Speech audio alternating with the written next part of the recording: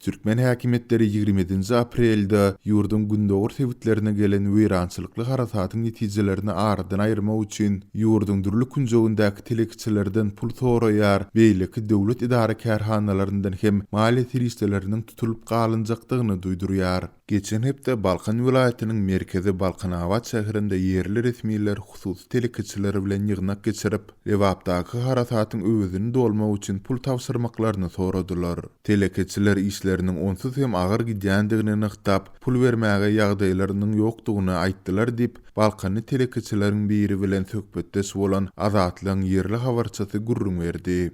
Howpsuzlyk sebäpli atlandyrylmaslygyny soran habarçy häzirki pursat telekçileriň yerli häkimligiň olara wasy etjek bolup, dükanlaryny we firmalaryny yapmak, bürokratik päsgelçilikleri döretmek ähtimalliklaryndan huwatir edýändiklerini hem sözüne goşdy. Ýatlatsak geçen hepde şeýle haýsy bilen Aşgabatdaky senagatçylar we telekçiler birleşmesiniň agdalaryna hem ýüz tutulupdy. Sonda telekçiler muny uly höwes bilen goldasalar-da ýolbaşçylar beriljek kömegiň birleşmäniň ýa-da oňa agda telekçileriň adyndan däldi, diňe döwletiň adyndan gowşurulmagyna ruhsat beriljekdigini duýdurupdylar. Munun bilen birlikde Balkanyň döwlet idaralarynyň büdjetlerinden, şol sandy mekteplerden, polisiýadan, prokuraturadan hem Lewapdaky TV harasat bilen baglylykda pullaryň tutulup galynjakdygy duýdurulýar. Vilayatyň ähli etraplarynyň pudok we bank hasapçylaryny Balkanawada ýygnap, degişli idaralaryň büdjetlerinden maliýet riýislerini tutup galmak barada görkezme berildi, diýip habarçy 10-njy maýda gurrun berdi. Bu maglumatlar boýunça yerli vilayet we şäher häkimliklerinden kommentariýa almak basartmady.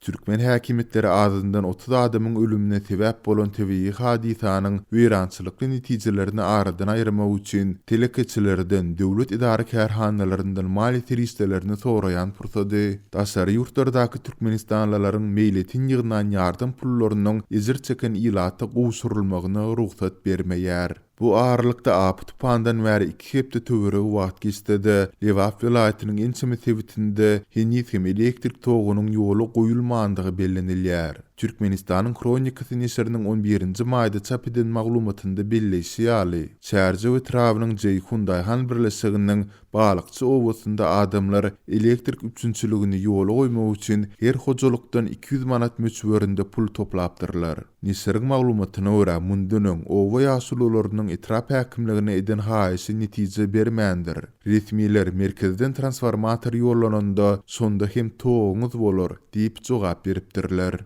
Lewapdaky ýylatyň weýrançylykly harasatyň netijeleri bilen birlikde ýite ady gytçylygy we maliýet meseleligi bilen ýüzbe-ýüz bolýan mahaly Türkmenistanyň prezidenti Gurbanuly Berdimuhammedow tebii harasatdan soňky bir hepdäniň dowamında Owganystana we Russiýa humanitar kömek ýollady. 10-njy maýda Russiýanyň Daşary işler ministrligi beýanat ýaýradyp, onda Türkmenistana mustuz beren 1000 tonna olay humanitar kömegine minnetdarlyk bildirdi. Maglumatda bellenilýär, iwerilen harytlaryň arasynda azy gönümleri, guruluş seriýetleri hem bar. Galy berse-de düzümünde azy harytlary, gök we miwe önümleri, towuk ýumurtkasy hem bolan Owganystana iwerilen ýüki ýolda Taliban jeňçileri talapdy. Resmi Aşgabat weýrançylykly tebii hadisa we adam itkileri barada dymyan wagtynda New Yorkda ýerleşen Human Rights Watch guramasy 4-nji maýda Türkmen häkimetlerini tanqidleýän beýanat çap etdi.